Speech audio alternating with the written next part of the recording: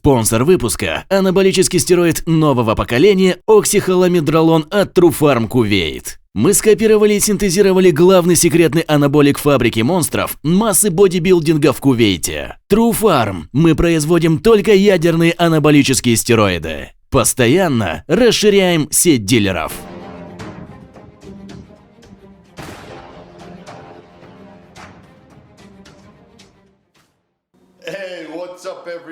Эй, как дела, парни? Короче, сегодня я хочу сказать о фабрике монстров в Кувейте. Я об этом уже говорил. Никакого секрета тут нет. Примерный курс атлета состоит из оксихалометдролона, эфира тестостерона, тренболона или тритрена и еще мастерона. И 8-разовое высококалорийное питание. Всегда совмещайте оксихалометдролон с тестостероном и нандролоном. Черт, это взорвет ваши мышцы. Попробуй это дерьмо.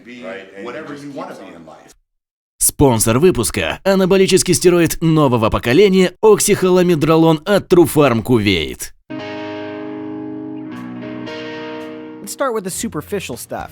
The updated Cayenne can be identified by its 4-element daytime running lights, reworked matching taillights that add visual width, if not actual width, and a redesigned front fascia, hood, and fenders. Lower-tier models make do with bi-xenon headlights, but spring for the turbo model, and you'll get standard dynamic LED headlights, along with a 520-horsepower twin-turbo V8 and a $114,000 starting price. Move inside, and the interior is well-crafted and attractive, with a steering wheel inspired by the 918 Spider, and for those rare Cayenne-owning off-road enthusiasts, some well-placed grab handles. Come to think of it, these babies might be pretty useful in the 911 too. If you have a major interior complaint, it's Porsche's obsession with buttons. So many similar looking buttons. The saving grace is that they're logically grouped, making the buttons a bit easier to identify and operate. You'll also notice that the center console is pretty small, but generously sized door pockets pick up some of the storage slack. Moving rearward, the Cayenne lacks seat releases in the cargo area or a flat load floor. But the rear seats do slide and recline. Here's the sliding, here's the reclining. And they're also contoured, so they feel a little bit more like sport bucket seats. And you might think, if they're contoured, that middle position is going to be uncomfortable because there's a bunch of, contouring. Not so. The center hump's not too bad, and I can sit here quite comfortably. The Porsche Cayenne comes in a few flavors, or varietals for you wine snobs.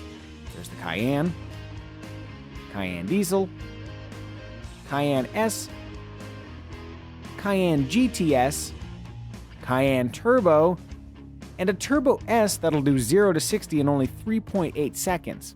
Bottom line, we do not need more versions of the Porsche Cayenne. To that point, there's also a Cayenne SE Hybrid that sprints from 0 to 60 miles an hour in 5.4 seconds, returns 47 mile per gallon equivalent fuel economy, and features acid green accents throughout. Capable of covering 14 miles on a charge, this plug-in hybrid uses a variable resistance pedal to indicate how far the throttle can be pressed before activating the gasoline engine. Regardless of which Cayenne you choose, an 8-speed automatic transmission, a $995 destination charge, and all-wheel drive are all givens. Not that anybody's going to do it, but if you wanted to take a Porsche Cayenne off-road, you absolutely could, and do so quite capably. Now, we're not pushing it to its limits. This is a dirt road that I could probably, with enough speed, take with the Honda Civic, but it does look a lot cooler driving on this in a Porsche Cayenne. Cue the drone footage.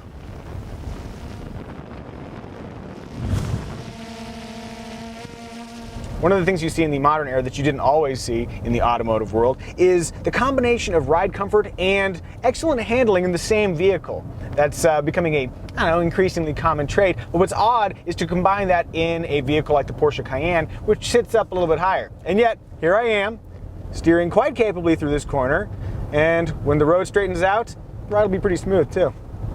With all this Porscheness, the fact that it's a quick vehicle and it steers really nicely, you might think that it is somehow less of a grocery getter or less of a family haul, and it really isn't. Great visibility all around, a comfortable ride, it's pretty easy to put stuff in and out of.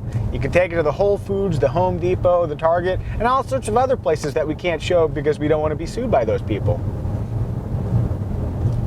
More power and more efficiency is a key storyline with the latest iteration of Cayenne, but also you got to remember that the brakes work really well too. Not just in the normal Cayenne, but also in the hybrid, which is stunning because good brakes in the hybrid are like me on a dance floor. Doesn't happen.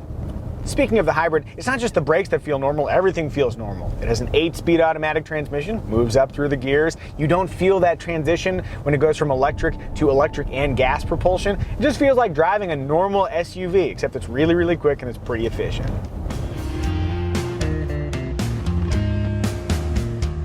Helping improve efficiency for the entire Cayenne lineup are active grille shutters and an engine start-stop system that we actually don't hate. Leave the system active, and it smartly shuts off the engine as you roll to a stop, then swiftly brings the engine back to life as you remove your foot from the brake pedal. In familiar German fashion, there are plenty of ways to direct the Cayenne's already elevated purchase price even higher. Standouts include ventilated seats front and rear, adaptive cruise control, lane departure warning, a surround view camera system, PASM, which is Porsche's active suspension damping system, PASM supplemented by a ride height adjusting air suspension, and of course the all-important Sport Chrono package, now featuring Performance Start, aka launch control, that reduces 0 to 60 runs by 0.1 seconds. Of course, all of that supplements a compelling standard equipment list that includes a power tailgate, USB input, Bluetooth, navigation, dual zone climate control, and 8 airbags. For Cayenne alternatives, look to the BMW X5 and Mercedes-Benz M-Class, each offering comparable features for less money. Or for true off-road adventurers, there's the sexy and capable Range Rover Sport. That said, where premium vehicles are concerned, charm often trumps reason, and the Porsche Cayenne has plenty of charm. Incremental improvements aren't nearly as exciting as sweeping change, but sometimes you don't need sweeping change. Sometimes all you have to do is get ever finer sandpaper and keep smoothing out those little rough edges. It's kind of the same deal with the Porsche Cayenne. Porsche already had a winner on its hands, but if you get out that sandpaper and smooth out those little rough edges, you come away with something that's even more winning.